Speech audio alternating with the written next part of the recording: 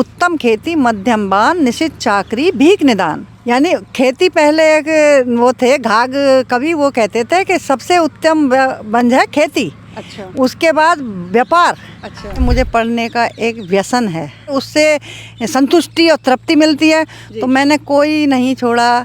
प्रेमचंद, शरत चंद्र, बंकिम चंद्र चट्टोपाध्याय, भीष्म साहनी, मनु भंडारी, यानी साहित्य में कोई ऐसा पर्सन नहीं होगा, महादेवी वर्मा और जयशंकर प्रसाद पुरस्कार, और जितनी भी उनकी का साहित्य मैंने पूरा ही पढ़ लिया।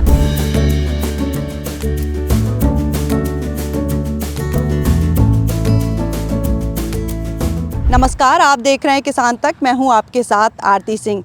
बेबी कॉर्न, स्वीट कॉर्न और मक्के दी रोटी, ये सब बड़े शौक़ से खाने वाले सामान हैं, लेकिन ये सब मक्के से बनते हैं। और ये मक्का खेतों में कैसे पैदा होती है, इसका आपको एक रियल टेस्ट दिखाने वाले हैं, फील्ड से दिखाने वाले हैं कि आखिर मक्के की खेती कैसे होती है। मक्के की खेती के बारे में पूरा समझाने के लिए हमें एक महिला किसान मिली हैं। हम इस वक्त मथुरा डिस्ट्रिक्ट के गाँव में हैं, गाँव का नाम बंदी है, और यहाँ पे महिला हैं जो मक्के की खेती करती हैं। और ये सिर्फ खेती नहीं करती, इनको मक्के की खेती के बारे में सब कुछ डिटेल में पता है। और सिर्फ मक्के के बारे में नहीं, इन्हें ज्वार, बाजरा, चना, गेहूं और सरसों, इन सब के बारे में भी बहुत अच्छे से पता है। मतलब ये महिला किसान अपने फील्ड में काफ़ी एक्सपर्ट हैं। तो चलिए शुरुआत करते हैं, इनसे बात करते हैं और जानते हैं कि आखिर पूरे जो मक्के की खेती होती है वो किस तरह से होती है, इसमें क्या मुश्किलें आती हैं, कितना मुनाफा होता है।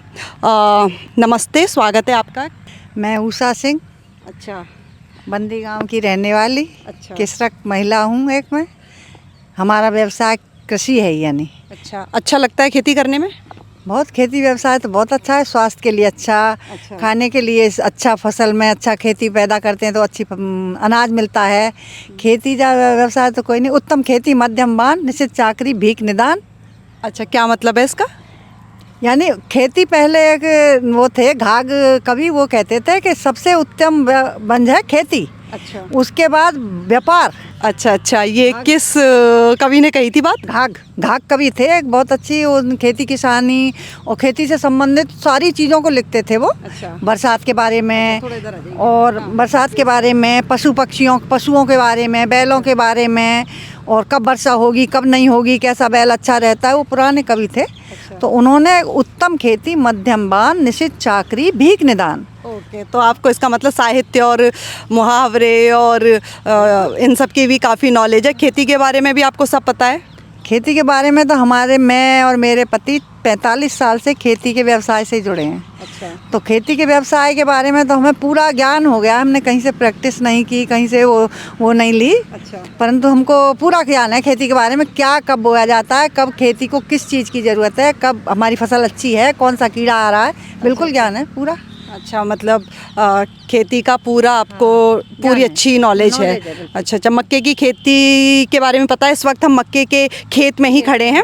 पूरी तरह अभी मक्का पक के तैयार नहीं हुई है, फूल आ चुका है, और इन्होंने बताया कि अगले 15 से 20 दिन में पूरे मक्के के जो बालियाँ होती हैं वो आने लगेंगी।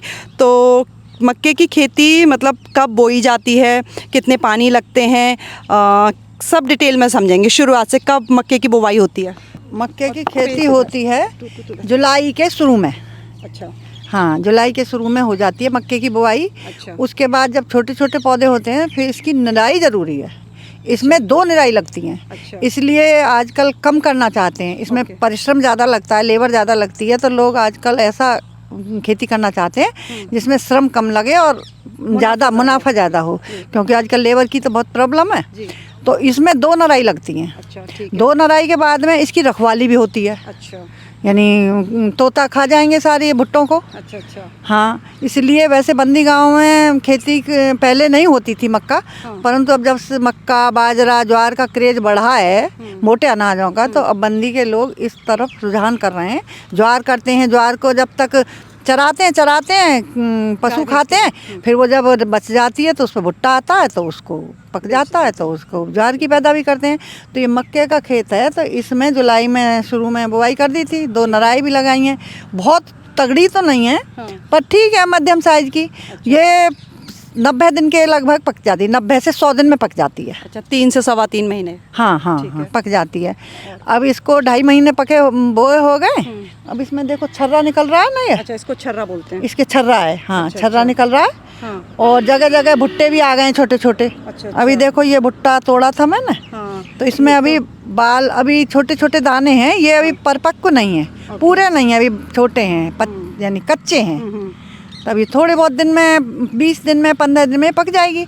इसे काट के भुट्टों को तोड़ लेंगे। अच्छा भुट्टों को तोड़ के और थ्रेसर में निकलवा के और हो जाएगा। अच्छा अच्छा। वैसे एक चीज़ है कि बैसाख की भी एक होती है, बैसाख में यानी गर्मियों मई जून में एक मक्का होती है, अच्छा उसको डंकल मक्का बोलते हैं। अच्छा, डंकल मक्का। और ये कौन सी मक्का है? ये देसी मक्का का मतलब, ये अपने खाने के मतलब की मक्का है। अच्छा। वो डंकल मक्का तो पशुओं के खाने आने के लिए जाती है। वो अच्छा, खाने अच्छा, में ज़्यादा ओके। अच्छी नहीं होती है। ओके। ये मक्का खाने में, मक्का की रोटी, चने का साग, सरसों का साग, पालक का साग, उसके साथ- ग्वाल की फरी, हाँ हाँ। आलू बैंगन की सब्जी, सबसे मक्का, बाजरा की रोटी, मक्का की रोटी, जहाँ मक्का होती है मक्का खाते हैं, हाँ और जहाँ बाजरा होता है वहाँ बाजरा खाते हैं। तो मक्का वैसे अच्छी है खाने में। ओके। सुपाच्य बाजरा से थोड़ी सी ज़्यादा सुपाच्य होती है। Okay okay okay. और 3 महीने में लगभग फसल तैयार हो जाती है। पानी कितना लगाना पड़ता है मक्का में?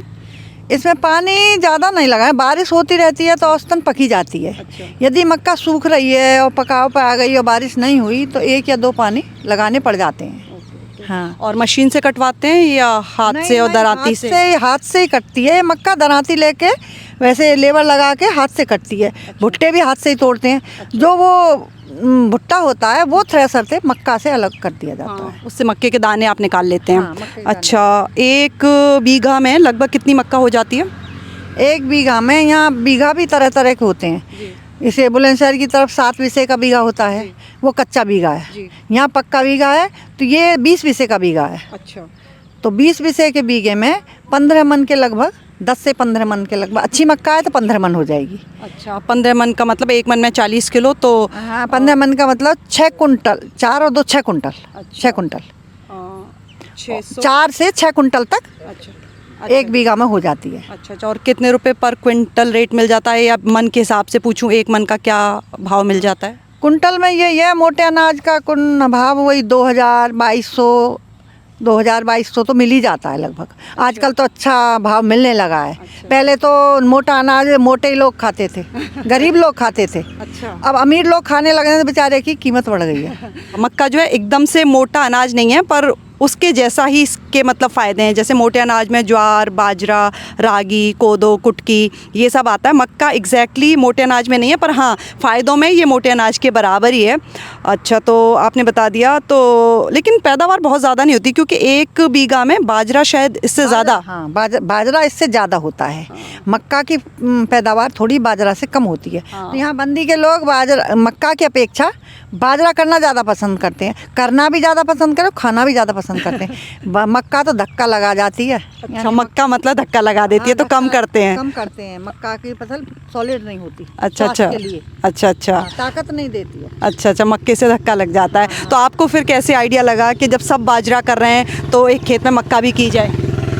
अब मक्का की ये है, हमने तो बुलंदशहर की तरफ मक्का की रोटी खाते थे, हम तो बाजरा की खाते नहीं थे। तो हमने सोचा कि हम भी मक्का कर लें। अब हम भी मक्का की रोटी खाया करेंगे। जब सब पब्लिक मक्का खा रही है और मक्का और गेहूँ, वो बाजरा और ज्वार पे जोर है, तो हम भी मक्का कर लेते हैं। कभी कभी फसल, बदलती फसल भी की जाती हैं जी। इसलिए मक्का की है। नहीं, मक्का यहाँ बहुत कम होती है। 2-4 खेतों में ही पूरे गांव में मक्का होगी। यहाँ मक्का नहीं है। मैं देख रही थी पूरे में बाजरा और ज्वार है। बाजरा, ज्वार और अरहर। अच्छा अरहर भी होती है यहाँ। ये 3 फसल एक खरीफ की फसल में यानी अच्छा होती हैं यहाँ पर। यानी सावन भादों की जो वो होती है बरसात की फसल में, यहाँ ज्वार, बाजरा और अरहर। अच्छा अच्छा। और कितनी फसल लेते हैं एक साल में? 3? 2। अच्छा, 2 फसल लेते हैं। क्या मुख्य तौर पे गेहूं या सरसों, और साथ में ये? जो खेत उन्हारी होते हैं जिनमें कुछ नहीं बोया जाता उनमें सरसों बोई जाती है, और जिनमें मक्का, बाजरा, अरहर और ज्वार चरी होती है उन सब में गेहूँ बोया जाता है। अच्छा हाँ, अच्छा अच्छा। खेती में हम तो खूब एक्सपर्ट हो गए हैं। सब चीज़ जानते हैं, कब खेती बोई जाएगी, कब खेती पक गई, कब खेती में पानी है, कब खेती में कीट आ गया। क्योंकि अब खेती करते करते हमारा उम्र निकल गई। अच्छा, उम्र कितनी हो गई आपकी? मेरी उम्र 63 साल। अच्छा, खेती के काम अभी भी कर लेती हैं? बिल्कुल खेती का काम करते हैं, खूब खेत से घास लाते हैं, न्याल लाते हैं, चारा लाते हैं, गाय पालते हैं, खेती व्यवसाय है। बच्चे अच्छे उसमें हैं, बच्चे कहते हैं छोड़ो छोड़ो, पर हम अपना व्यवसाय नहीं छोड़ना चाहते। इसमें हमें सुकून मिलता है, अच्छा मिलता है, स्वास्थ्य भी ठीक रहता है। हाँ, मैं देख रही हूँ 63 साल की उम्र में भी आप फिट हैं, एक्टिव हैं और पूरा खेती का काम अच्छे से कर पा रही हैं। और सबसे अच्छी बात कि आप अपने काम को बहुत इंजॉय करती हैं, खुश होकर करती हैं। और क्या शौक़ हैं आपके खेती के अलावा? खेती के अलावा मेरे शौक़ हैं अच्छी अच्छी कविताएं पढ़ना, अच्छा साहित्य पढ़ना और अच्छे पुराने गाने सुनना। अच्छा। और थोड़ा बहुत भक्ति के, यानी हरिओम शरण वगैरह के अच्छे जो गायक हैं, अच्छा। उनके भक्ति के भजन सुनना। साहित्य में भी आपने काफ़ी कुछ पढ़ा हुआ है। किस किस लेखक के लेखकी से आप इम्प्रेस हैं, क्या क्या पढ़ती हैं? मैंने पढ़ने के लिए, मुझे पढ़ने का एक व्यसन है। अच्छा।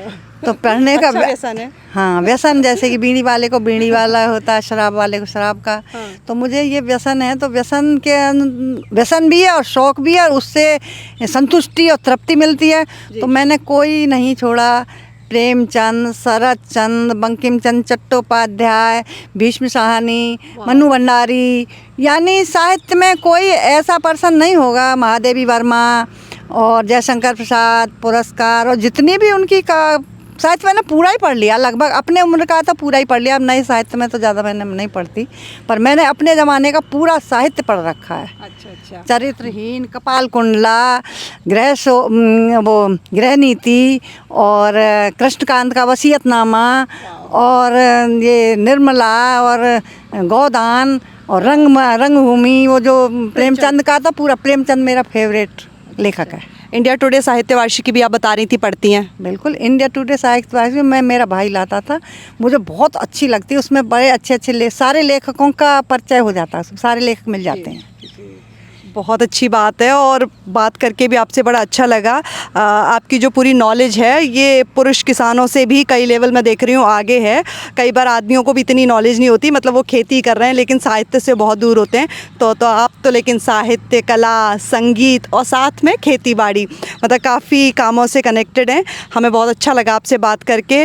और सरकार की ओर से कोई मदद मिलती है, मतलब सरकारी कई बार सरकार बीज उपलब्ध कराती है, उस तरह की कभी कोई सुविधा वगैरह मिलती है बीज वगैरह के लिए? हाँ, अब सरकार की ओर से बीज की सुविधा मिलती है, हालांकि वो डायरेक्ट नहीं देते, पर उसकी सब्सिडी खाते में आती है। अच्छा। यानी अच्छे बीज, हमने अब बाजरा बोया है तो वो हमें 600 रुपया किलो मिला था, परंतु हमें सब्सिडी लगा के वो 200 रुपये किलो पड़ा। तो हमें तो एक तरह से आपका फ़ायदा हो गया, उसमें 400 रुपये बच गए आपको। हाँ, सरसों का बीज मिलता है, गेहूं की भी अच्छी वैरायटी आती है, जैसे मोटी कहते हैं ना कि शरबती गेहूं खाने के लिए हम अच्छा गेहूं उत्पादन करते हैं। अच्छा। तो वो सरकार से मिलता है और उसमें सब्सिडी मिल जाती है। हाँ, और सरकार से काफ़ी सुविधाएं वो किसानों के लिए सोच रहा है, तो मिलते हैं, पर उन सुविधाओं का पता होना चाहिए ना कि कहाँ से मिल रही है और कहाँ होगा। यहाँ तो लोग उस 600 रुपये का बीज लाएंगे, उसके हम नहीं लाते। अब हमारे में बहुत अच्छी बाल आ रही है तो कह रहे हैं कहाँ से बीज लाए तुम? तो बोले हम तो वहाँ से लाए, ब्लॉक से। कह रहे ब्लॉक से लाए, 200 रुपये का बीज लाए और इतना अच्छा भुट्टा आ रहा है तुम्हारे बाजरे पर। ये आपको मतलब मदद भी पूरी मिल जाती है। खुद मोदी सरकार का, योगी सरकार का पूरा जोर है कि किसानों की मतलब प्रगति के लिए कुछ काम किया जाए। इसके लिए वो काफ़ी योजनाओं पे काम कर रहे हैं और काफ़ी काम भी कर रहे हैं, और अच्छी बात है कि आप लोग उनका फ़ायदा भी उठा रहे हैं। एक चीज़ और मैं आपसे पूछना चाहूँगी, महिला किसान खेतों में जो काम करती हैं, कई बार वो काम तो बहुत करती हैं लेकिन उनको जितना उसका श्रेय मिलना चाहिए, जितना क्रेडिट मिलना चाहिए, वो नहीं मिलता। पुरुष किसान ही कहीं ना कहीं डोमिनेट करते हैं, वो ही मतलब सारा होल्ड रखते हैं। तो क्या एक वजह एजुकेशन है, किस तरह की अवेयरनेस होनी चाहिए महिला किसानों में, ताकि जितना वो काम कर रही हैं, आधे का काम करती हैं तो आधे की हकदार हों, आधे से ज़्यादा काम कर रही हैं तो आधे से ज़्यादा की हकदार हों? नहीं, किसान और पति पत्नी दोनों ही मिलके काम करते हैं। अच्छा। किसान महिला चाहती भी नहीं है कि मुझे, वो पूरा योगदान देती है, परिश्रम में सहयोग देती है कि किसान खेती में, परंतु वो पति ही माना जाता है कृषक। अच्छा। उसको पूरी नॉलेज हो जाती है, पूरा वो काम का सहयोग देती है, परंतु वो आगे फ्रंट पे नहीं आ पाती है, क्योंकि किसान तो किसान है, उसकी पत्नी डॉक्टर की पत्नी डॉक्टर नहीं। नहीं, अब ऐसा नहीं है। अब जो काम कर रहा है, जो डॉक्टर पत्नी है वही डॉक्टर कहलाएगी, तो जो महिला किसान है वही मतलब महिला किसान ही कहलानी चाहिए। किसान की पत्नी किसान नहीं है, जो किसान खेती कर रहा है वो सब किसान है। अब तो मतलब ये है, हम तो खुद महिला किसान वर्ड यूज़ करते हैं, सिर्फ किसान नहीं कहते, किसान सिर्फ आदमी नहीं होते, मिल के काम करते हैं, तो महिला भी किसान है, पुरुष भी किसान है। तो मैं महिला किसान हूँ। हाँ मैं कहूँगी बिल्कुल महिला किसान है, और काफ़ी महिलाएं खेती के फील्ड में भी बहुत अच्छा काम कर रही हैं, अपने नाम कमा रही हैं, अपने काम के दम पे मतलब बहुत अच्छा अपनी पहचान बना रही हैं। बिल्कुल परफॉर्मेंस अच्छी दे रही हैं, वो अपने हिसाब से बंद करती हैं, उपजाती हैं, और खूब आदमियों के तरह ही अब मशीनरी से होता है, आदमी लोग भी काम नहीं करते, अब तो मशीन से खेत जुतवाओ, ट्रैक्टर में बीज डालो, सारा काम हो गया। तो किसान महिलाएं भी खूब उसको परफेक्ट हो गई हैं किसानी में, खेती किसानी में। हाँ चलिए, थैंक यू, हमसे आपने बात की, इतनी सलीके से आपने पूरा मक्के की खेती के बारे में बताया। आज हमने आपको बताया कि मक्के की खेती कैसे होती है। उषा सिंह जो एक महिला किसान है, उन्होंने बड़ा अच्छे से एक्सप्लेन किया पूरे मक्के की खेती के बारे में। अगली किसी और वीडियो में फिर मिलेंगे आपके साथ, देखते रहिए किसान तक। अगर ये वीडियो आपको पसंद आया है तो इसे लाइक ज़रूर करें। अगर चैनल अभी तक सब्सक्राइब नहीं किया है तो कर लें, और नोटिफिकेशन पाने के लिए बेल आइकन भी दबा दें।